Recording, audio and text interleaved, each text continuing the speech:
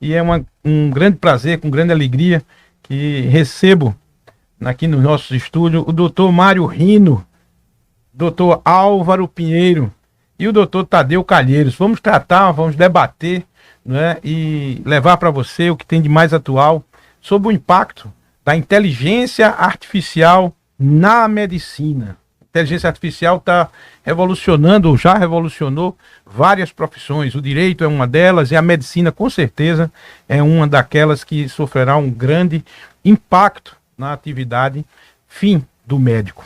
Além de outros impactos também na área de gestão das clínicas, hospitais, enfim. É com muita alegria que recebo todos os senhores. O doutor Mário Rino Martins é médico cirurgião oncológico, é uma referência em cirurgia oncológica e o seu primeiro passo neste segmento é exatamente com a tecnologia, com cirurgia robótica. Tudo bem, doutor Mário Rino? Muito obrigado. Doutor Luiz Mário, boa noite, obrigado pelo convite. Prazer, uma honra estar aqui conversando sobre IA, um assunto que eu realmente tenho um interesse específico, especial, e vai ser muito bom estar aqui com vocês falando sobre esse tema. Esse bate-papo. Doutor Álvaro Pinheiro, meu professor de IA, PhD em inteligência computacional, pós-doutor em IA. Se eu for ler o currículo dele todo aqui, eu vou passar a noite, tá? Mas pós-doutor em IA aplicada ao direito pela UFPE. É coordenador de sistemas e inovação, com experiência em projetos de IA na saúde e no direito. Seja bem-vindo. Muito obrigado, doutor Mário, pelo convite. Muito feliz de estar aqui junto com os doutores, né? Doutor Mário Rino, que já tivemos a oportunidade de fazer vários podcasts. Né? Verdade. E o doutor Calheiros, né? Muito honrado com essa presença. Doutor Calheiros, doutor Tadeu Calheiros, outro grande convidado que vai aqui nos brindar com a sua visão sobre esta temática da utilização da inteligência artificial na medicina. Doutor Tadeu Calheiros é médico, foi presidente do CIMEP, também foi presidente da Federação Médica Brasileira, o currículo do homem é pesado, e atual vereador pelo Recife, foi para a política. Muito bem, com atuação destacada na defesa da categoria médica e política de saúde. Seja muito bem-vindo, doutor Tadeu, é um orgulho, uma alegria tê-lo aqui. Obrigado, doutor Luiz Mário, a satisfação é minha. Poder estar aqui também junto com um amigo de longa data, doutor Mário Rino, e poder aprender um pouquinho sobre inteligência artificial com seu professor, pegar carona para ser nosso professor, com o doutor Álvaro. Uma grande satisfação. Será um prazer. Nós temos assim, só para que vocês tenham um contexto, né? Quem trabalha com IA sabe o que é contexto. Se você não der contexto, ela não sabe responder. Né, professor? Então, para dar um contexto a vocês aí que estão acompanhando, vocês tenham noção do que espera, não é? Aqueles profissionais de saúde que ainda não deram o primeiro passo na inteligência artificial. O mercado mundial de inteligência artificial, são dados oficiais, em saúde deve atingir 187,9 bilhões de dólares até 2030, com um crescimento anual médio de 37%. No Brasil, apenas 4% dos estabelecimentos de saúde utilizam a IA de forma institucionalizada, mas entre médicos o uso individual já chega a 17%. Nos hospitais com mais de 50 leitos, a adoção chega a 16%, doutor Mário. Principais aplicações da IA: suporte e pesquisa, 69%, doutor Tadeu. Elaboração de relatório médico, 54%.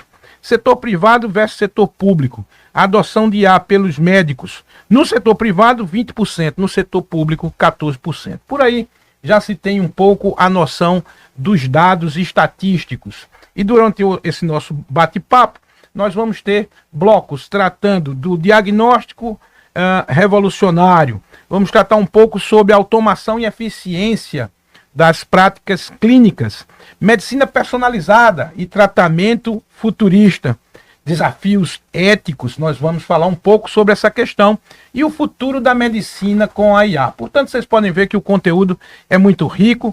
Esse episódio está dentro de um programa nosso, de um curso coordenado pelo doutor Mário Rino, pelo doutor Álvaro Pinheiro, de inteligência artificial. E no final, quem ficar até o final, eu vou dar aqui um spoiler sobre este curso, que nós vamos promover. Muito bem, vamos começar com o tema do diagnóstico revolucionário. Eu vou dirigir a palavra aqui ao doutor Mário Rino, mas todos nós podemos debater em cima do que for dito, sem muito formalismo. Doutor Mário Rino, como a IA está transformando a detecção precoce de tumores? Os algoritmos conseguem identificar padrões imperceptíveis ao olho humano? Diga aí a sua opinião e a sua experiência. Sim, os algoritmos de IA já estão sendo incorporados em inúmeros processos de rastreamento, né? Eu posso dar 2 exemplos aqui que a gente tem a oportunidade de ver do ponto de vista prático. Um deles é um que tem 2 grandes aspectos. Ele faz o rastreio de câncer de pele.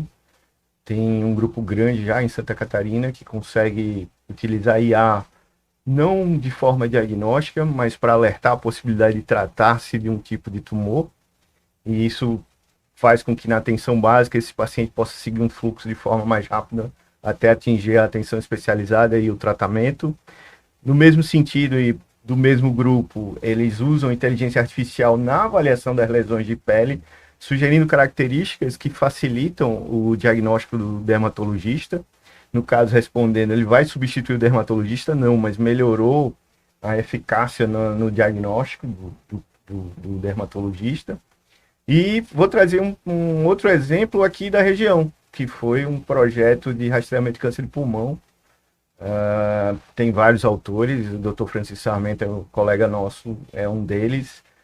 De um radiologista, que é outra área que também, em tese, seria muito impactada pela inteligência artificial, mas a inteligência artificial está ajudando muito eles a diagnosticar lesões que passariam desapercebidas e aumentando significativamente o número de diagnósticos de tumores de pulmão iniciais, tá? E a gente está falando disso, mas eu poderia chegar aqui e conversar sobre mamografia, sobre nódulo hepático, quer dizer, em todas essas áreas, a IA tem sido uma ferramenta extremamente útil em diagnosticar os tumores de forma mais precoce e isso, consequentemente, tem um impacto a possibilidade de cura no tratamento oncológico das pessoas. Muito bem. E já teve, na sua experiência, já viu alguma experiência concreta, positiva, nesta questão do diagnóstico oncológico? Já teve essa experiência? Precoce? Precoce. A gente convive e pode observar de perto o de pulmão. Na instituição que eu faço parte, qual é a instituição? Real Hospital Português. No Real Hospital Português. O número de diagnósticos nesse tipo de situação, com a utilização de IA, aumentou em 180%. Ou seja, foi uma velocidade. A precisão é... Ele, na verdade, ele sugere a lesão, ele não faz diagnóstico, né? Mas a precisão na identificação da suspeita é muito alta. Discorda muito dele ou pouco? Discorda muito pouco. Discorda muito pouco. Isso, complementando, não, isso é importante acrescentar. Você escuta, às vezes, a população dizendo: será que o que tem acontecido que aumentou o número de casos de câncer?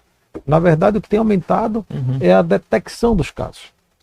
No passado, quanto mais para trás a gente for, algumas causas poderiam acontecer e não se sabia a causa, né? Ou quando se descobria, já estava no estado de maior avançada doença. Então, a impressão que se tem de um aumento de número, proporcionalmente, se vê que não tem tido esse boom de aumento. Claro que o N é maior, porque o número populacional é maior, mas a detecção mais acurada, cada vez mais acontecendo, e tem esse aí, aumento de 180%, Mário Rino trouxe, né? De detecção, é uma detecção mais precoce, sendo detectados mais à frente, então está sendo detectado mais precocemente. Isso vai modificar, impactar, me corrija se eu estiver equivocado, que de medicina eu entendo muito pouco, a não ser como paciente, né? Mas, enfim, essa detecção vai mexer, então, nos dados estatísticos dos protocolos para cada enfermidade, né? A gente, falando objetivamente nesse aspecto, você pegar números brasileiros, câncer de fígado, que você pode fazer rastreamento, você pode identificar nódulo, você pode diagnosticar de uma forma inicial. Infelizmente, no Brasil, números atuais, mais ou menos 60% dos pacientes são diagnosticados numa fase em que eles não vão chegar a quase nenhum tipo de tratamento específico. Nossa. Ou seja, aí como forma de rastreio, em termos populacionais, num caso específico desse, vai ter um impacto gigantesco. né? No sentido de baratear, no sentido da acurácia, no sentido de disseminação. Então tem um impacto muito grande nas políticas públicas. Bom, vamos ver um pouquinho agora sobre a tecnologia, né? Escutamos aqui os resultados práticos, mas vamos para a cozinha. Esses resultados decorreram da tecnologia, não é verdade? E aí, doutor Álvaro, a IBM tem o Watson Health, né? Que estão redefinindo diagnósticos oncológicos. O que podemos esperar aí da IA, não é?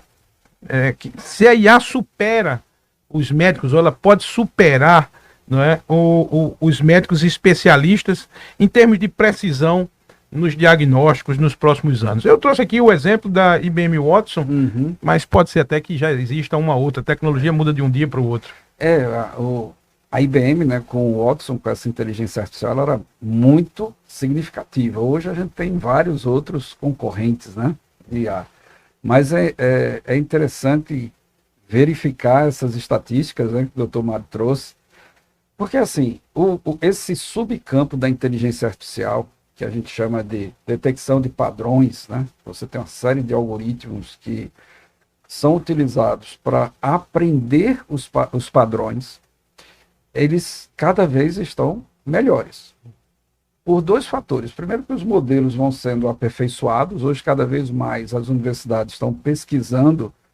O foco hoje é a inteligência artificial. E se a gente olhar, a China está investindo pesadíssimo na inteligência artificial.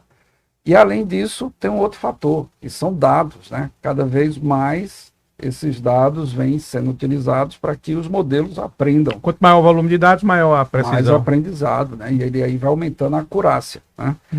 E o ponto é que esses algoritmos que são usados para, que a gente chama de classe de problema de classificação, né? Ele é treinado, vamos pegar assim, uma gigantesca base de imagens de um determinado tipo de tumor, e ele aprende a reconhecer aquele tumor.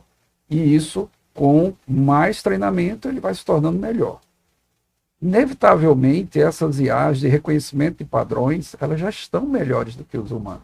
Eu posso trazer até um caso aqui, que o doutor Luiz, como é da área advocatícia, conhece com certeza, que a IA no Brasil fez a sua primeira prisão em 2019. Foi no Carnaval da Bahia. Então, a SDS da Bahia, ela colocou uma série de câmeras com inteligência artificial. Nessas câmeras, eles botaram um cartão de memória com o banco dos foragidos lá do estado. E no face-to-face e aí botou nos portais de entrada dos pontos lá carnavalescos. E um cidadão, ao entrar, ela acusou no percentual e foram fazer a cariação e era o foragido mesmo. O detalhe é que quando eles publicaram a foto, você pega a foto dele que ele estava fantasiado, estava de peruca, todo pintado. Eu não reconheceria, eu acho que 99% dos humanos não reconheceriam, mas a IA conseguiu fazer o match dos dados que ela tem na base com a imagem que ela tinha ali na frente dela. Então, o que acontece? Hoje, a detecção de reconhecimento de padrões, né, que a gente tem duas áreas, reconhecimento de objetos e reconhecimento de padrões, elas estão muito superiores aos humanos. Mas isso não quer dizer que vai substituir o médico. Tem que ter sempre a validação humana. Né? Até porque, se a gente olhar, eu costumo dizer que as IAs, elas são especialistas em determinadas áreas. Você tem a IA que é especializada em imagens, tem IA que é especializada em processamento de linguagem natural, e assim sucessivamente. O humano, que eu costumo dizer que é uma máquina de carbono, ele é especializado em tudo. Então, essas IAs, elas são cada vez mais robustas, mas elas precisam ser inicializadas ou direcionadas para uma máquina superior que somos nós. Graças a Deus, né? Mas isso aí no popular é o chamado cara crachá, né? Ela consegue fazer muito mais rápido e com mais eficiência, né? Então, assim, já deu para entender um pouco o que acontece nos bastidores da IA, né? Ela tem um algoritmo, né? Ela tem um banco de dados altamente com um número enorme de volume de dados, né, de informações, de imagens, e ali ela faz o processamento numa velocidade muito maior do que a capacidade humana tem de fazer, né? Então é mais ou menos isso que me parece que acontece. Bom, doutor Tadeu Calheiros, como a IA está aliviando a sobrecarga administrativa dos médicos? Quais tarefas já podem ser automatizadas? Aqui, falando, não é só uma questão da identificação diagnóstica, mas da parte de gestão mesmo, né? Como é que a gente pode enxergar esse avanço, né? Essa ampliação da capacidade de trabalho das pessoas, né? E olha, você trouxe aqui alguns dados no início, trazendo o percentual de uso, e se eu não estou equivocado, o uso burocrático, as pesquisas, eles são superiores a outra forma de aplicação. Como você perguntou sobre a questão administrativa, hoje a gente já, não é na minha prática diária aqui dos hospitais aqui em Recife, mas eu vou trazer exemplos de amigos que trabalham nos Estados Unidos e já é prática diária. Ele vai começar a sua consulta, sua visita médica, já pede permissão, liga ou um dispositivo no celular ou um computador que vai estar ali gravando o atendimento, e ao final, como estamos aqui conversando, e uma conversa não necessariamente numa ordem que a gente aprende na faculdade sobre a identificação do paciente, antecedentes, a anamnese completa que a gente faz do paciente, ele já consegue destrinchar, independente dessa ordem, e trazer um relatório ao final da tua entrevista, da sua consulta, colocando ali, identificando inclusive se na hora do atendimento você faz uma piada, uma brincadeira, e já não vai estar no teu laudo. E isso já é prática diária em alguns hospitais norte-americanos, talvez não sei responder do nosso sudeste, mas aqui ainda não está na nossa prática cotidiana diária. E isso alivia uma carga administrativa muito grande. Da mesma forma de análise de prontuário. Hoje, quando você vai pegar prontuários, e a gente está atendendo até aqui em Recife, muito bom, um prontuário único, não é? O que vai ser um grande Parece que isso é uma avanço. experiência na Austrália, né? Salvo engano. Tem nos Estados Unidos também. Tem também. Prontuário único. Quando você aqui é atendido no Hospital Barão de Lucena, no Hospital de Câncer, no Real Hospital Português, e vai estar tudo num prontuário único. Imagine uma pessoa já com seus 50 anos de idade, o tamanho desse prontuário. Então já tem inteligência artificial que consegue resumir em uma página os dados mais relevantes numa sequência importante e mais. Por exemplo, você vai fazer um determinado tipo de procedimento, vai botar um filtro de veia cava. Então ele já vai buscar no prontuário os dados específicos para aquele procedimento. Será que ele já fez alguma cirurgia abdominal? Então tudo isso aí já está sendo usado cotidianamente em alguns locais do mundo, tá?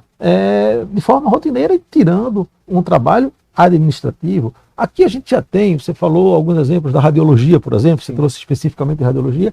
Aqui nós já temos IA para ajudar a laudar, não estão interpretando, não estão fazendo, pode até já estar existindo, mas na confecção dos laudos, quando a pessoa contextualiza a máquina, os dados que ele parametrizou e já diminui o trabalho administrativo. São alguns exemplos, eu acho que... Isso é uma economia importantíssima, né? Essa questão falando um pouco agora de política pública de saúde, né? Se a gente tivesse esse prontuário unificado com inteligência artificial, teríamos uma economia enorme não estou nem falando dos recursos públicos, né? Porque aparentemente a gente só lança o olhar sobre o desperdício público, que é fundamental. Mas o desperdício privado também impacta na economia, né? Quando eu tenho que fazer 5, 6, 7, 8, 10 exames, refazer no ano seguinte e por aí vai, ou vou a um médico, vou ao outro, um pede o exame, outro pede o mesmo exame, né? Eu estou tendo um desperdício do meu dinheiro privado que poderia estar sendo injetado na economia em outras atividades. Então o desperdício, isso não é ideia minha, isso é de John Fitzgerald Kennedy, 62. Ele relatou isso, dizendo o seguinte: olha, o desperdício do dinheiro privado é tão importante quanto o desperdício do dinheiro público. Me parece que a IA pode aí ajudar nisso. E dentro da sua linha de raciocínio, Tadeu, 51% dos hospitais que investiram em IA relatam melhorias na prática, na rotina de trabalho, né? na rotina de trabalho médico, né? Diagnósticos mais precisos, né? Os impactos.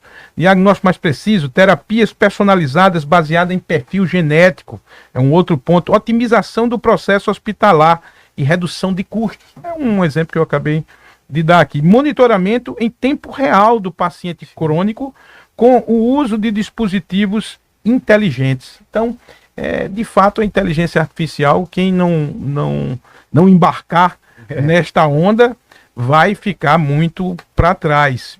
Bom, ainda falando um pouco sobre a medicina, e aí vamos um pouco ao futuro. Coloco para todos aqui numa rodada e eu vou começar com o Dr. Mário Rino. Em 2030, como será a rotina de um médico que incorporou completamente a IA em suas práticas? Como é que você visualiza? É muito boa pergunta. Esse exercício de futurologia é sempre muito difícil. Mas vários processos vão mudar completamente. E eu tenho um lado muito otimista em relação a alguns processos que eu acho que vão influenciar decisivamente a qualidade de vida e os processos em que nós estamos sendo submetidos hoje em dia, né? Então, se você perguntar em 2025, já tem muita coisa que a gente já usa, né? Então, já dá para usar na consulta, já dá para um registro das informações, na organização desse registro, na confecção de relatório, que é uma coisa que toma muito tempo, né? Na orientação do paciente, e em outros aspectos que a gente também já usa, né? Em cirurgia, em várias outras áreas da medicina. Mas eu acho que a maior velocidade e o maior impacto vai ser no tratamento dos dados. Eu acho que esse é que vai ser a grande revolução para 2030. E você vai perguntar como? Vou dar um exemplo do que aconteceu, não lembro a data, mas quando a Angelina Jolie foi diagnosticada com BRCA, uma mutação. BRCA, vamos traduzir, porque a gente tem advogado. BRCA é uma assim. mutação genética. Tá bom. E aquilo conferia ela um risco aumentado de câncer de mama em X tempo. Eu não lembro qual a idade dela no diagnóstico. E agora vamos pensar isso daqui em 2030, que foi o exercício que você pediu para fazer. A gente vai conseguir fazer análise de gigantescos bancos de dados que não vão só usar a genômica, vão usar teus antecedentes, vão usar tuas comorbidades e vão fazer predições que a gente não faz hoje em dia. E os tratamentos vão ser, sem dúvidas, mais personalizados, e aí a gente vai para a questão ética também, que é como é que a gente vai falar isso para as pessoas quando a gente fizer um exercício de futurologia. Se o senhor não tomar esse remédio aqui, o senhor vai ter X% de ter um problema cardíaco qualquer em pouquíssimo tempo. A gestão disso também vai ser um ponto desafiador num futuro muito próximo. Eu penso que essa tecnologia, para 5 anos, na verdade, a gente já até poderia estar aplicando. Exato. Porque é uma tecnologia que já está presente.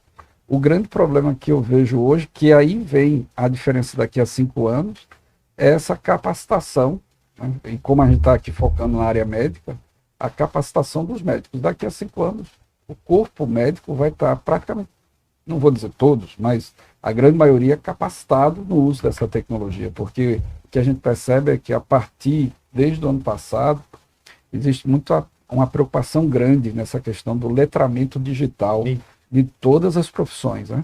Então, dentro dos órgãos públicos, né, os agentes públicos terem esse letramento e as áreas advocatícia, a área de saúde. Então, colocando esse cenário daqui a 5 anos, grande parte dos profissionais vão estar capacitados. Esses profissionais que têm receio de usar a inteligência artificial vão ter passado, já quebrado esse paradigma. E aí vão estar usufruindo dessa ferramenta, que ela já é uma ferramenta altamente produtiva, ela aumenta a produtividade, ela melhora a eficiência, como ela entrega melhor. Você, quando faz uso da IA, por exemplo, você vai fazer um despacho, né?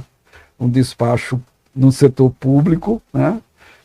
Segue todo um formalismo que você às vezes tem que escrever 10 palavras, mas você escreve 50 porque tem todo o formalismo ali, do rito que a gente tem que escrever dentro do setor público. Você usando uma IA, ela já escreve para você naquele formalismo, você só vai gastar o tempo para fazer o ajuste fino. O que exatamente eu quero informar. O formalismo ela já fez. Então, imagine, transfira isso para todas as áreas, né? Você acaba se concentrando no que você precisa fazer. Doutor Mário, puxando um pouco do que eles falaram, que foi trazido, já tem pesquisas que mostram hoje que quando você usa 2 profissionais da área de radiologia para fazer um laudo, a acurácia aumenta 5%. E da mesma forma, quando você usa um profissional e a inteligência artificial, também há um aumento de 5% na assertividade da acurácia. Mas não era nem isso que eu ia puxar, só foi para fazer o gancho. Vou puxar a brasa para a sardinha, mesclando a saúde com a administração pública.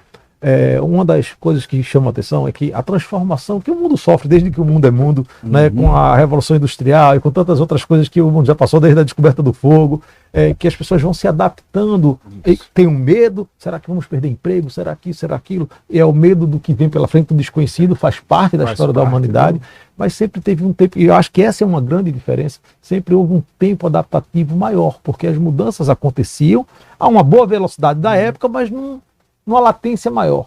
Agora, a progressão do conhecimento do próprio IA, fornecendo mais conhecimento para a própria tecnologia, é tão veloz que eu acho que o nosso desafio vai ser treinar e educar as pessoas a utilizar as ferramentas e aprender a utilizar as ferramentas dentro de um lapso temporal menor. E para isso, talvez, eu quando disse que ia puxar a brasa para a sardinha, que eu posso mesclar saúde com gestão pública aqui nesse caso, que é para induzir políticas públicas de educação em IA nas escolas. Eu acho que tem que ser revista a grade estudantil, a gente tem que rever, no caso da formação médica, IA na graduação, porque ele é uma ferramenta, e a ferramenta pode ser usada para o bem ou para o mal.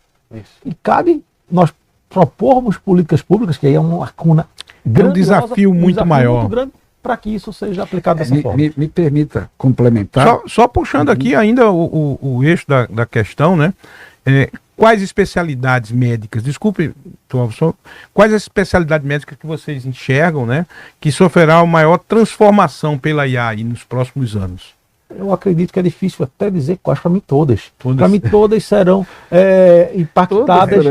Algumas, talvez, aquelas que têm alguma coisa mais cara crachá, como você trouxe ali, que essa análise sem uma necessidade de cognição, sem uma necessidade de ligação de pontos, de uma certa criatividade, talvez sejam mais afetadas ainda. E mais imediatamente, né? Mais a curto prazo. Mais a curto prazo. Mas acredito que todas vão ser impactadas. Isso é interessante, que você fala isso, você lembra logo de patologia e radiologia, mais radiologia ainda. E tem um efeito prático, você precisa do radiologista. E o que é que aconteceu?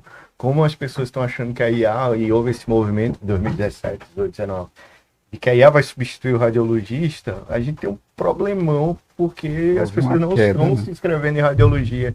E a gente continua precisando do radiologista, quer seja para validação do laudo, para o dia a dia usual, para interpretação de um resultado, para discussão de um caso. É um impacto negativo para atuação como médico e já tem um efeito prático. Deixa eu trazer um exemplo. Nesse caso que você falou da radiologia, das pessoas não se inscreverem, e como o medo às vezes é paradoxal, porque nós temos um amigo, um grande médico aqui de Recife, que não está mais aqui, está trabalhando em Iowa, nos Estados Unidos, radiologista, Dr. Gustavo Andrade, conhecido no nosso meio como Pipoca.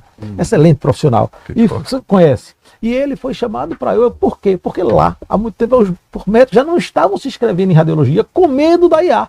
E, pelo contrário, estão importando porque há necessidade. Porque, da mesma forma em que acelera o laudo que um profissional fizesse 14, 15 laudos na manhã e hoje faz 50, mas essa tecnologia está tão mais avançada que a demanda de exames ou outros exames que necessitam da validação também aumenta muito. Então está necessitando importar. Precisa pessoas que saibam manusear determinadas ferramentas. Mas eu acho que a substituição ela não vai ocorrer, não vai ter o fim daquele profissional. Um ponto, complementando o que você tinha dito, é um termo que eu escutei esse termo, não sei se foi ele que criou, né? Mas é a esteira do conhecimento, que é o Ricardo Amorim, o economista. Ele trouxe esse impacto que essas tecnologias estão trazendo, né? Porque, assim, colocando nesse contexto, você, há, 30 anos atrás, ia fazer um bacharelado, medicina, direito, qualquer que seja, engenharia, você terminava o bacharelado, você não precisava fazer uma especialização.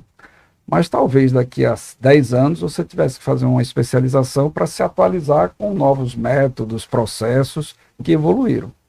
Hoje, você termina o bacharelado, você já tem que fazer uma especialização, porque você terminou o bacharelado, você já está desatualizado. Porque durante aqueles 5 anos do teu bacharelado, a grade não foi atualizada, mas a tecnologia já evoluiu. Então hoje, para você se manter, não é nem você querer correr mais rápido na esteira para avançar. Você tem que correr mais rápido para se manter no mesmo lugar. Exato. E isso é estressante. Isso aí é um problema que a gente tem na tecnologia atual. E o outro ponto, né, que é bem interessante, que você colocou, eu, no podcast, né, do Café com IA, com Arthur Stanford, né, Sim. que é professor, que foi o meu supervisor no pós-doutorado, e ele é professor de Filosofia do Direito da Federal, ele colocou um ponto bem interessante, porque a gente coloca muito que a IA, nos escritórios de advocacia, eles podem ocasionar um problema que é a diminuição da contratação de júniores e advogados recém-formados. Sim. Por quê? Porque são esses advogados que fazem, por exemplo, petições iniciais. Mas se você tem uma automação, né, uma IA que faz uma petição inicial e às vezes quase sem nada para ser corrigido, para que você vai contratar júnior? Mas ele trouxe um dado interessante. Ele disse, olha, hoje o que acontece é que muitos dos escritórios estão usando IA. Realmente estão produzindo petições iniciais, mas o que em tese era para diminuir a contratação, estão contratando mais. Por quê? Porque eles estão resolvendo problemas que eram repetitivos mais rápido e estão tendo tempo de captar mais clientes. Então estão precisando de mais gente para resolver outras coisas que você não faz com IA. Aproveitando esse gancho aí da questão de mercado, levando para o lado da saúde, pelo fato de que a gente ouve muito essa pergunta. Na saúde, a gente é treinado, tá? Eu tô aqui para corrigir, você, entre aspas, você não pode errar, né? Então, quando a gente recebe uma resposta no algoritmo de IA, a primeira coisa que vem na cabeça é, isso aí tá certo ou tá errado? Do ponto de vista de quem entende a ferramenta, como é que o senhor fala assim, isso aqui pode ser usado e você tem que usar com criticismo, mas tem validação? Qual o grau de especificidade, né, daquela informação? O que eu posso dizer? Tudo que a IA gera tem que ter uma validação humana. A validação humana é necessária. Né? Porque, como muitos dizem, IA é como se você tivesse um estagiário muito qualificado. Mas é um estagiário. É um júnior, é um trainee. Né? Então, ele não está no seu nível de conhecimento. Pode ser que no futuro a gente chegue no IA, que é a inteligência artificial geral, né? Aí, que é igual à imagem e semelhança do homem. Isso. Mas essa singularidade ainda é algo que nós não temos hoje, apesar de ser missão de muitas Big Techs, como a OpenAI. É uma abstração. Será que vamos ter a estratificação das IAs? O IA-chefe, o IA júnior, o IA... Bom, isso já existe. E já faz. Os enxames de IA, né? A OpenAI, quando ela gerou o GPT-4, para fazer o que a gente chama de manter o alinhamento, quer dizer, verificar se a IA estava fazendo o que ela foi programada a fazer, eles estavam usando já o GPT-2 para manter o alinhamento do GPT-4. Quer dizer, até então, quem fazia o alinhamento eram humanos. Mas aí, a partir do GPT-4, é uma IA mantendo o alinhamento de outra IA. Essa questão toda, né? Eu acho que deixa todo mundo... A gente tem dois perfis de pessoas quando vem uma tecnologia nova, né? Aquele que é refratário, sim, né? Sim. E ele muitas vezes vai buscar a validação da sua preconcepção refratária, dizendo, viu que não presta? É isso. Não é? E aquele que é um entusiasta, que pula de cabeça. Né? Aqui está todo mundo entusiasta, não tem ninguém aqui refratário. O refratário, os mais antigos vão se lembrar, né? Se denuncia a idade, mas eu alcancei quando gurizinho, que tinha no meu bairro, um bairro do subúrbio, um sujeito que era da companhia de energia com uma varinha para ligar os interruptores que acendiam as luzes da rua. Era um Jeep que ele vinha acendia, isso faz muitos anos. Quando vieram as fotocélulas, aquele Jeep foi vendido, aquela pessoa foi desempregada, tal. Segurar a tecnologia é mesmo que você querer segurar o vento com a mão. É impossível. Né? É impossível. Então, não há como ser refratário a isso. Dentro desse contexto, eu quero só avisar aqui que as pessoas estão perguntando aqui no chat, professor, sobre um evento que nós vamos fazer. E eu vou pegar aqui a minha colinha que o pessoal aqui do marketing trouxe, é dia 21. Né? Nós vamos ter um evento presencial aqui no Instituto. Sou eu, o doutor Mário Rino e a doutora Ana Carolina Tabosa. Né? O doutor Mário Rino está aqui conosco, já fiz a apresentação. A doutora Carolina é a presidente do CIMEP. Né? E ela vem aqui falar um pouco sobre essa questão. É um evento muito rico, não é? Onde nós vamos falar presencialmente sobre essas questões da IA, direito e impacto da tecnologia na atividade dos profissionais. Voltando um pouquinho, um caso bem lúdico, né? Meu filho está fazendo residência na USP, veio aqui há uns 15 dias e chegou e disse, papai, você pode fazer um robô para mim, para que ele leia as minhas... o que ele faz da cirurgia, que ele está fazendo residência de cirurgia, então os relatórios dele, porque eu tenho que preencher a minha planilha e ele está me dando tempo. Aí eu criei o robozinho e aí eu disse, como ele está longe, a gente sente falta, né? E era só bater a fotografia, subir e tirar os dados que estão nos campos definidos. Aí então eu fiz o robô como sendo eu, né? Para que quando ele usasse, ele dissesse, meu filho, mande aqui a foto que eu vou tirar os dados para você, né? Então tem esse lado bom aqui, só para descontrair um pouco essa questão. Então, a IA tem 1001 aplicações, né? A criatividade humana é que é o limite dela. Se você é criativo, você vai ter muitas e muitas aplicações. Mas eu queria puxar um tema bem interessante, que é o tema ético, né? A questão da ética do uso da IA. Quando um algoritmo de IA contribui, né? Quando ele contribui para o erro médico, né? Quem é o responsável? O médico, o desenvolvedor, ou o hospital, ou todo mundo junto e misturado, né? Essa é uma questão bem relevante. Eu quero ouvir dos médicos, né? E a opinião deles, né? Pois eu dou minha opinião aqui. Especificamente daí eu não vivi nenhum caso, mas eu participo desse mundo da robótica e o tema também é muito parecido, né? Se houver um problema durante o procedimento robótico, de quem é a responsabilidade? Do ponto de vista prático, hoje, do médico, com certeza, ele vai participar, porque ele está participando da decisão. O robô ele não tem autonomia, então a decisão sobre qualquer ação é sua. A instituição, de uma certa forma, porque já faz parte do arcabouço jurídico, eles terem a corresponsabilidade, até porque os profissionais que estão ali fazendo parte da casa são pessoas que fazem parte daquele sistema, né? E menos o do robô, porque ele é entendido como uma ferramenta, a não ser que tenha uma coisa muito específica que possa ser detectada aos moldes do que acontece com um avião, a empresa não é responsabilizada. Em relação à IA, isso vai ser um desafio muito maior, porque hoje a gente já tem vários algoritmos que são utilizados em algumas emergências, e eles são ótimos, mas eles não são 100%.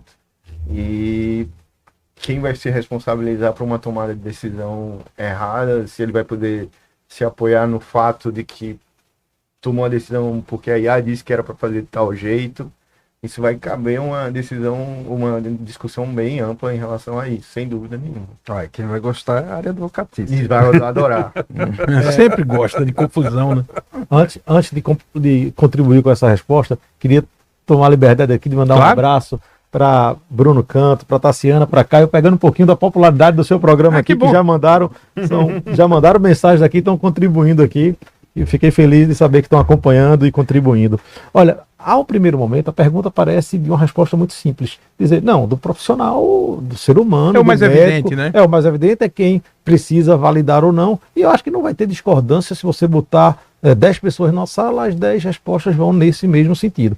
Mas sempre uma discussão mais profunda se faz necessário. Talvez o meu viés corporativo traga para isso, já começar definindo que a gente tem que ter muito cuidado do que é erro médico e do que é complicação prevista por determinados procedimentos, muitas vezes dito contra erro médico. É sempre bom a gente separar isso, né? Há resultados negativos de procedimento, de qualquer coisa, dentro daquele espectro, dentro de um percentual previsto para que ocorra. Mas o que eu quero trazer é o seguinte: quando determinado protocolo de uma IA sugerir fortemente aquilo. E é isso que a gente tem que discutir, o impacto que pode mudar na decisão do profissional, onde você tem aquele feeling, vamos dizer, e aquela ação que deveria ir por outro caminho. Talvez já seja fácil para o profissional tomar essa decisão deste caminho, tendo um dado que possa ser considerado inquestionável. Não, a IA disse que era aqui. Então, é essa talvez a importância do grau de validação, de acurácia de determinados procedimentos que devam estar antes de ser submetidos. Talvez aí entre a responsabilização de um fabricante, de quem produziu aquilo ali, tá? Porque vai ser muito difícil, por mais que a sensação do profissional seja de tender a dizer, eu queria ir por esse caminho, dele ir contra um dado de algo que seja considerado como um instrumento que não erra. Então, é uma discussão que precisa ter um cuidado onde a gente buscar as validações antes da prática.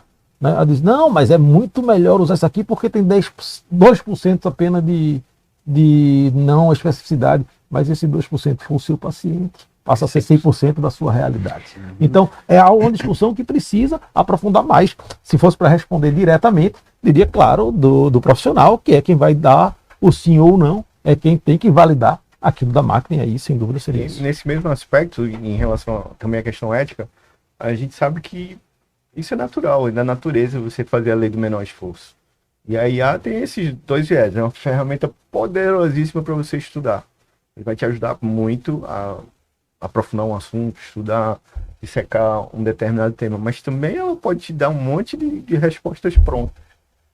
E se o cara não for atrás, ele vai correr uma série de... Essa área eu fico mais confortável falar um pouco, né? Mas sem também trazer aqui como resposta pronta e acabada, porque é um assunto complexo. Não existe resposta simples para questões complexas, né? A gente tende a ser reducionista nas coisas. Mas, enfim, para quem está assistindo e para quem for um pouco leigo na matéria, que afinal de contas a gente está misturando mais medicina com tecnologia do que propriamente com direito, fica mais fácil de compreender o seguinte: do ponto de vista jurídico, você só é responsável é responder, né? Vem de responder, é responder por algo.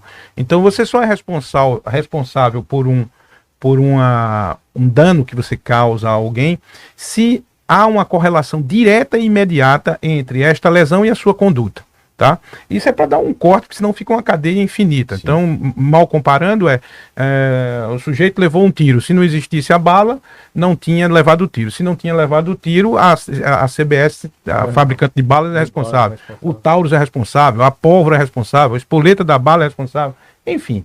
Então, é preciso dar uma quebra na cadeia de causa e efeito. Né? Dentro desse contexto, o do médico fica muito mais evidente, a gente observa, né? Mas trazendo um outro elemento para enxergar a dificuldade de se ter uma resposta pronta e imediata. Né? A gente disse aqui que IA é instrumento, assim como o bisturi é um instrumento. Sim. Só que a IA é um instrumento que mexe na cognição do médico. Né? Ela interfere diretamente na capacidade cognitiva dele de tomada de decisão. Então fica mais difícil. Na responsabilidade do médico com o paciente, esse é mais evidente, ok, mas o médico pode também demandar regressivamente, olha, eu fui condenado a pagar uma indenização para aquele paciente em razão da tomada de decisão que eu tive em função de uma sugestão de um algoritmo. Tá? E aí, o efeito regressivo do médico contra a empresa do algoritmo é juridicamente possível. Né? A dificuldade será demonstrar a falha do algoritmo. Né? A dificuldade será demonstrar a relação de causa e efeito direta e imediata entre a inteligência artificial e a sua tomada de decisão. Né? Isso, se a gente, só para complicar um pouco mais e aí não deixar a resposta para ninguém, é o seguinte: a tomada de decisão, o juiz não, ele tem prazo, ele até nem dá o prazo, né? Mas a do médico imediata. Está ali. Né? Tá ali no tempo real. Então, só para deixar o pessoal aí todo inquieto sobre essa pergunta simples: quando um IA contribui para um erro médico, quem é o responsável? É uma resposta difícil. Deixei no ar só elementos jurídicos para inquietação dos médicos. Muito bem. Ainda dentro dessa temática do desafio ético e do desafio jurídico, queria ouvir todos como garantir que os algoritmos não reproduzam vieses, né, que possam prejudicar determinados grupos de pacientes. Bom, eu aqui vou dividir um pouquinho a pergunta e mais especificamente para o meu amigo, meu professor Dr. Álvaro, né, para ele explicar um pouco como os algoritmos são treinados. Né? Esse treinamento muitas vezes é humano, depois do humano a própria inteligência, como ele disse aqui, uma fiscaliza a outra, e isso vai formando uma base de dados com probabilidades. Né? Então muitas vezes a pessoa pode validar uma resposta que vai ser treinada na máquina, mas aquela resposta está errada.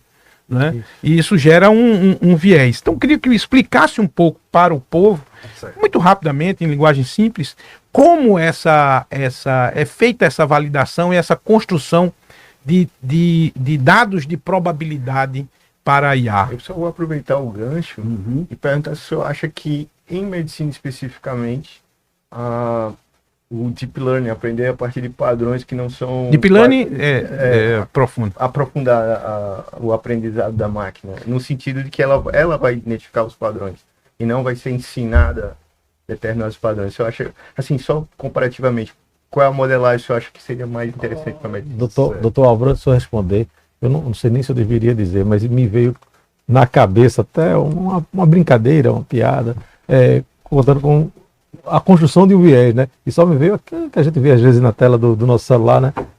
Uísque com gelo causa doença hepática. Vodka com gelo causa doença hepática. Rum com gelo causa doença hepática. Logo, o gelo causa doença hepática. É a construção de um viés. É a construção de um viés. Exatamente. Muito boa, muito boa. Vejam, eu costumo dizer para os alunos de ciência de dados, né, que é uma das disciplinas que eu ensino, que fazer a mineração de dados é mais importante até do que fazer o que a gente chama de competição de modelos. A escolha do modelo para treinar a IA. Porque esses modelos, basicamente, se a gente for falar de detecção de padrões, né, o que é que esses modelos estão buscando fazer? É entender a dispersão dos padrões desse grande volume de dados. A gente chama isso de método indutivo. Você não está dando a regra. Ele está construindo a regra com base nos dados. Bom, então quem está ensinando ao modelo não é um programador que fez o algoritmo. Ele fez um algoritmo que vai aprender com os dados. E aí vem, se os dados estiverem enviesados, ele vai aprender enviesado. A gente na área advocatícia tem um exemplo muito forte disso, que é o Compass, né? Que é uma base de dados que foi, na verdade, uma IA que foi desenvolvida nos Estados Unidos para dar progressão de regime. E durante 2 anos ela foi usada e depois foi verificado que ela era preconceituosa. Ela só dava progressão de regime para caucasianos. Mas por quê? Porque ela foi treinada com uma base de dados da população carcerária americana, que 70% dessa base eram de negros. Então, ela aprendeu no modelo que o negro cometia mais infração do que o branco. Quer dizer, qual o problema aí? É a questão da base de dados. A gente tem várias técnicas na mineração de dados que a gente tem que aplicar para fazer essa retirada de ruídos e o balanceamento dos dados. É importantíssimo balancear os dados, porque senão ela vai aprender mais sobre um determinado tipo de dado do que o outro. Foi o que ocorreu no Compass. Então, essa questão, mineração de dados, né? Retirar os ruídos dos dados é muito complicado.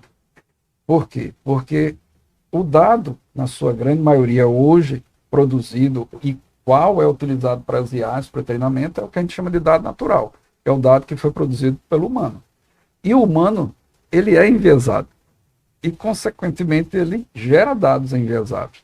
Se você tem dados estruturados, o que são dados estruturados? São aqueles dados que são armazenados em bancos de dados, em planilhas, onde nessa coluna, nesse campo, você só armazena, por exemplo, CPF, só data de nascimento. Você consegue minimizar muito o enviesamento. Mas se é dado não estruturado, texto, e se a gente for para a área de medicina, a área de direito, na maioria dos dados são não estruturados. Sim. E ali pode estar um viés de quem escreveu que às vezes não é nem perceptível, né? A pessoa coloca ali suas impressões, né, num texto que ele nem percebe que ele está enviesado ali colocando aquele texto. E se isso for levado para uma IA, a IA vai aprender aquele enviesamento também. Isso a gente vai aprender que o gelo gera câncer. Exatamente. e veja, o quanto isso é complicado. Uma vez eu lendo um artigo, a gente tem o YouTube Kids. Isso. Que, em tese, não era para ter nenhum tipo de desenho, animação, que fosse ofensivo para determinada idade, para as crianças. Mas quem faz essa validação é uma IA. E às vezes você assiste alguns desenhos ali que, em tese, já tem uma restrição feita pela própria IA, que quando você vê o desenho, isso é absurdo, um desenho desse está sendo passado para uma criança. Porque passou pelo crivo da IA, pelo fator que determinados tipos de cena, de imagens, não foi rotulado devidamente pelos humanos. Porque quem é que vai rotular dizendo o que é permitido ou não? É o humano. Então, essas IAs aprenderam com base de rótulos de restrições criadas por humanos. Só que, às vezes, para determinado tipo de rotulação, e isso aí foi a crítica do artigo, que se paga centavos de dólar para pessoas no mundo todo para ficar assistindo vídeos que vão ser rotulados. Por exemplo, pode estar lá um vídeo de um terrorista degolando uma pessoa. E é ele que está assistindo para rotular. Isso é impróprio. E é isso que vai para a IA. Isso é que vai ficar na base de dados, Vai né? ficar na base de dados dizendo, restrito por tal. A gente tem. Isso é complicado. Me corrija, professor, fique muito à vontade para corrigir e dizer, olha, você foi reprovado, vai fazer final no final da aula. É o seguinte, os regs, né? Quer dizer, você ter cada dia que passa mais dados próprios, seus confiáveis, né? Para você inserir o modelo para lhe dar respostas, me parece que seja um caminho de mais confiança do profissional. Vamos só para ilustrar para quem não está ainda muito familiarizado, né? Eu posso ter, por exemplo, ao invés de utilizar os dados que estão na internetosfera, quer dizer, que estão disponíveis no mundo inteiro, né? Feitos e validados por milhares de pessoas, eu tenho o meu próprio banco de dados vetorizado e a minha inteligência vai trabalhar ali. Então, o meu risco de sair do enviesamento, o enviesamento é meu mesmo, porque está em cima dos meus próprios dados. Por hipótese, eu pego minhas sentenças que eu dei ao longo de 30 anos e boto numa base de dados vetorial, ali vai expressar o meu pensamento, é um espelho da minha realidade, seja no estilo linguístico, seja na forma de interpretar o ordenamento jurídico, seja no vocabulário, vai estar tudo ali. Então eu não posso atribuir responsabilidade de enviesamento por uma base de dados que é a minha mesmo. É o meu próprio, na área de medicina, o acervo de laudos de um determinado radiologista, junto com as imagens que geraram, da qual ele tirou aquele laudo, vai gerar uma base de dados vetorizada que vai melhorar a velocidade do trabalho dele, né, sem enviesamento, porque a base é a dele mesmo. Né? É isso mesmo, professor? Estou aprovado? Aprovadíssimo. Então Faltou só dizer o significado da sigla. Tire meio ponto. Não... Porque o RAG R-A-G. RAG. Retriever. Retriever Augmented Generation é uma forma, vamos dizer assim, atual de você fazer exatamente isso que o Dr. Luiz Mário colocou, né? É você trazer a sua base de dados.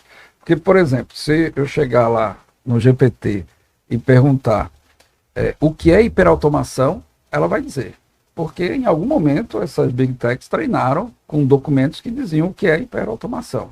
Aí se eu chegar lá e disser assim, quem é Álvaro Farias Pinheiro? Ela vai dizer, eu não sei porque não passou na base de treinamento. Posso lhe dizer que diz, porque eu perguntei, ela disse. Em poucas palavras, seria quase que um estudo de suas próprias experiências. Isso, de sua experiência profissional. É sua memória.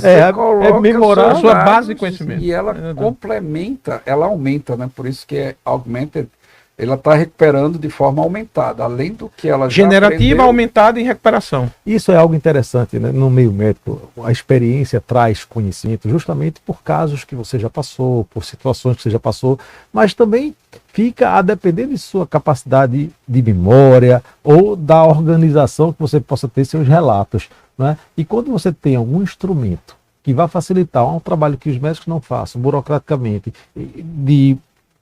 como você trouxe o exemplo de uma foto para ajudar seu filho em um programa, e você fazer aquelas fotos dos seus casos ali, dos seus você reportou nos seus prontuários, e você daquilo ali tirar uma base de memória, de conhecimento, de caminhos que você já fez dentro da sua área, lhe traz uma possibilidade de decisões mais assertivas muito grande. O mais importante que eu acho do uso do RAG é justamente a questão dos dados sensíveis, porque há uma certa restrição do uso dessas nuvens. Sim, aí entra num caminho ético, né? Exatamente, porque... Não, de ilegal, né? Proteção de dados. Exatamente. Vai ter uma segurança muito grande. Botar esse... Vamos pegar... E você tem que anonimizar, né? Você não vai poder... Se eu for, mesmo que ela tenha dinheiro, eu disse, eu vou contratar a API da OpenAI, do GPT, para fazer o uso da LLM lá, do modelo, para tudo que eu perguntar, ela responder. Só que eu tenho muitos dados que não passaram na base de treinamento, então eu vou levantar, vou anexar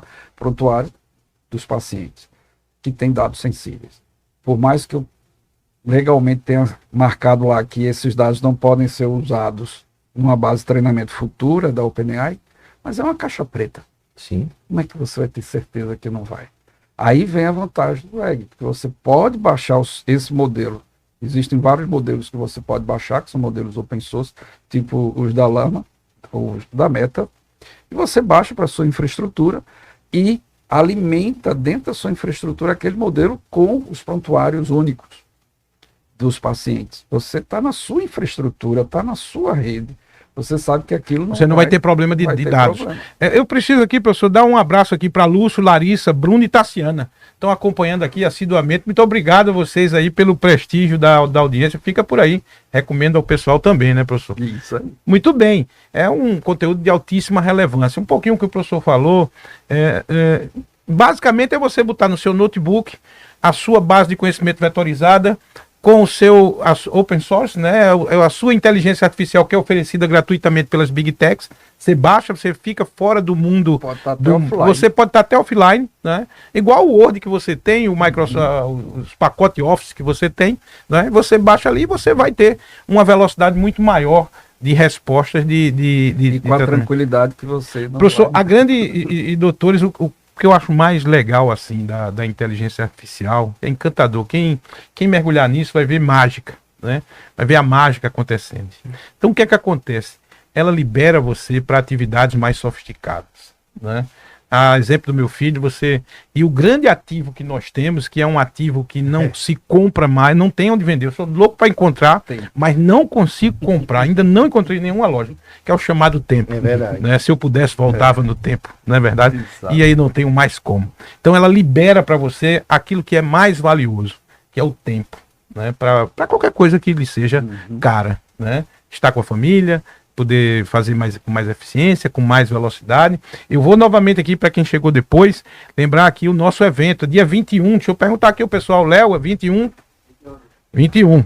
Então, dia 21, nós vamos estar aqui, eu, o doutor Mário Rino e a doutora Carol Tabosa, que é a presidente do CIMEP. Uma grande amiga, uma excelente profissional, muito dedicada e está começando agora seu mandato. Seu mandato? Então... O mandato dela está começando agora e vai ser um grande trabalho. Eu vou estar assistindo no dia 21, viu? Vamos nos encontrar assistindo. Também. Vamos falar de tecnologia, inteligência artificial, IA e direito. Vou falar. Você vai estar aqui.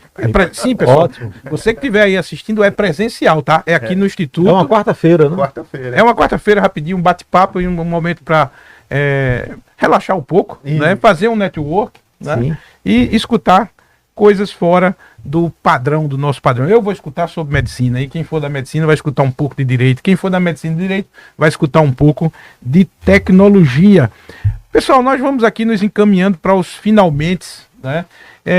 O objetivo desse encontro era muito mais trazer as inquietações do que propriamente ou provocar a reflexão do momento que estamos vivendo em termos de tecnologia. Né?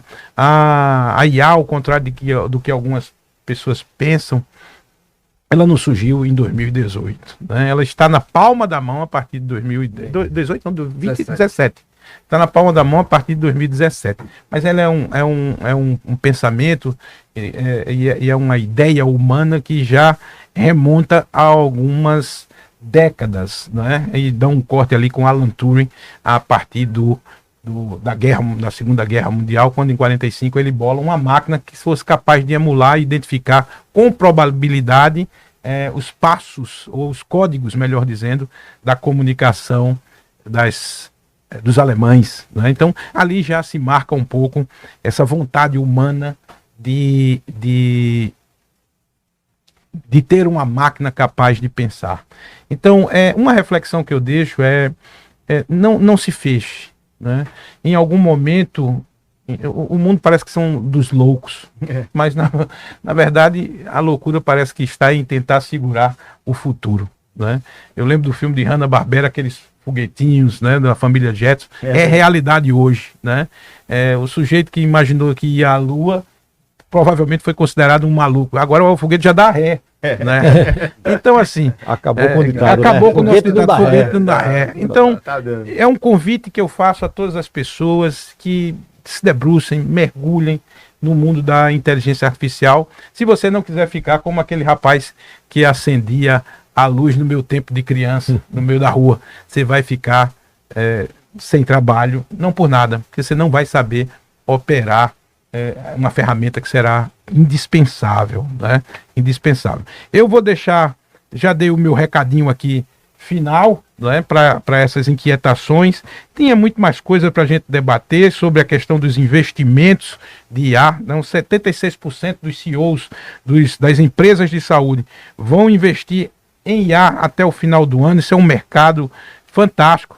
Desenvolvimento de medicamentos, a IA generativa pode acelerar o desenvolvimento de novos medicamentos, reduzir o tempo médio de 8 a 12 anos e o custo médio de 2,5 bilhões para novos medicamentos.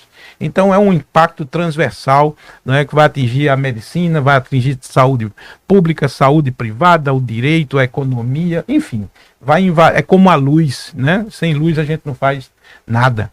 Na verdade, então são inquietações que eu acho que merecem reflexão. Um convite que eu faço a você que estiver assistindo, que deixe de ser resistente, abra o seu coração, aceite a IA como um grande companheiro. Eu converso com a IA, inclusive tenho raiva dela muitas vezes, ofendo ela e ela é muito educada comigo sempre. Desculpe, eu lamento profundamente, né?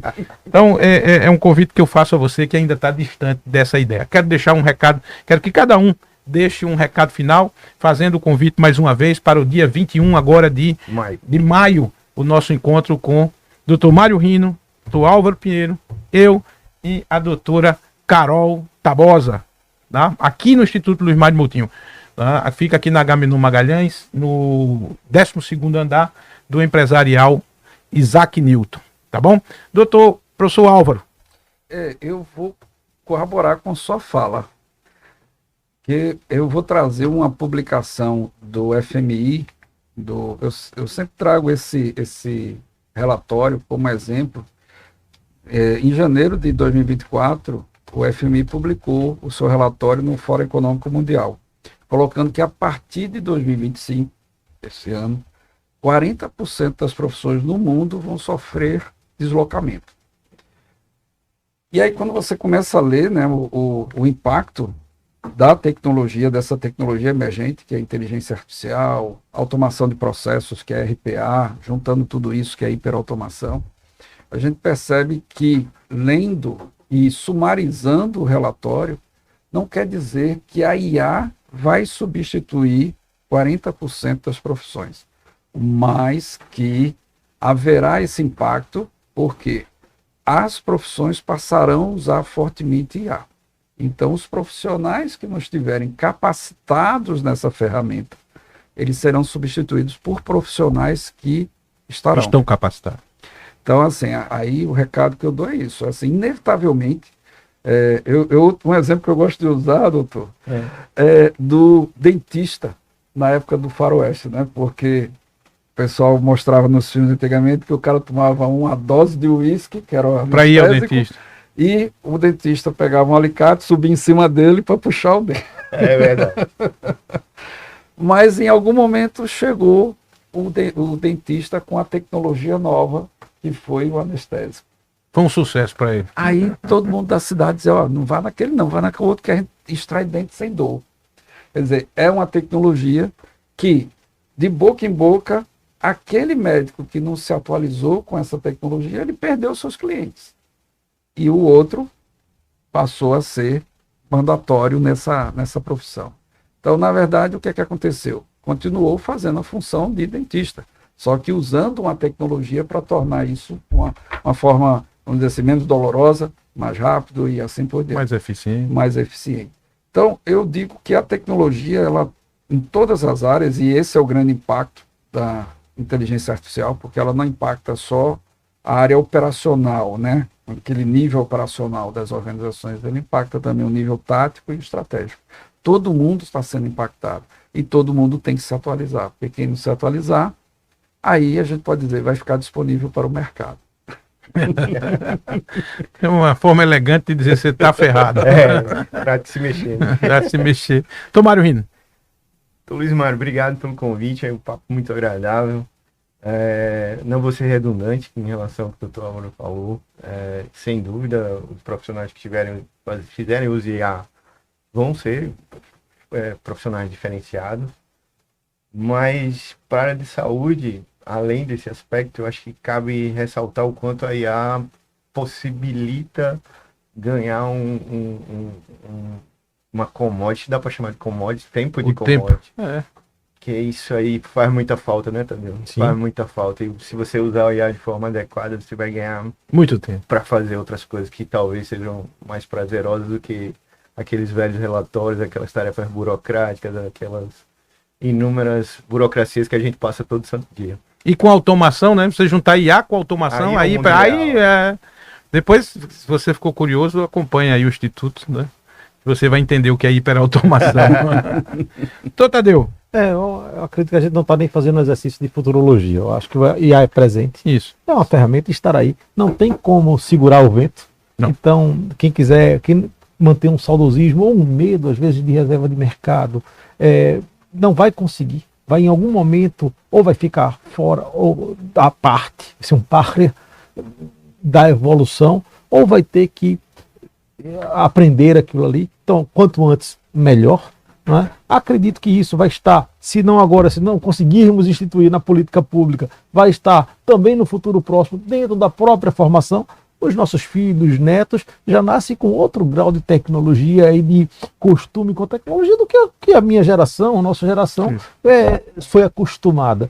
Não é? Então, é isso. Eu queria também, como fez Mário Rino, agradecer esse convite. Vou até ajudar aqui na propaganda do dia 21, que eu vou dizer, tanto quanto eu aprendi aqui nesse bate-papo, nessa conversa, vai ser um prazer para mim poder ver outros episódios, outros programas e acompanhar, porque seguramente vou aprender muito. Então convido também a todos para que possam se encantar como eu me encantei nesse bate-papo aqui e aprender tanto com vocês. Foi muito prazeroso. Obrigado mais uma vez pelo convite. Eu que agradeço a todos vocês pela contribuição, pela colaboração, da divulgação do conhecimento, da experiência de vocês com os nossos aqui, as pessoas que acompanham o Instituto. Você que ficou acompanhando, você que vai acompanhar depois, vai assistir depois, recomenda, compartilha, manda para os seus amigos, não é?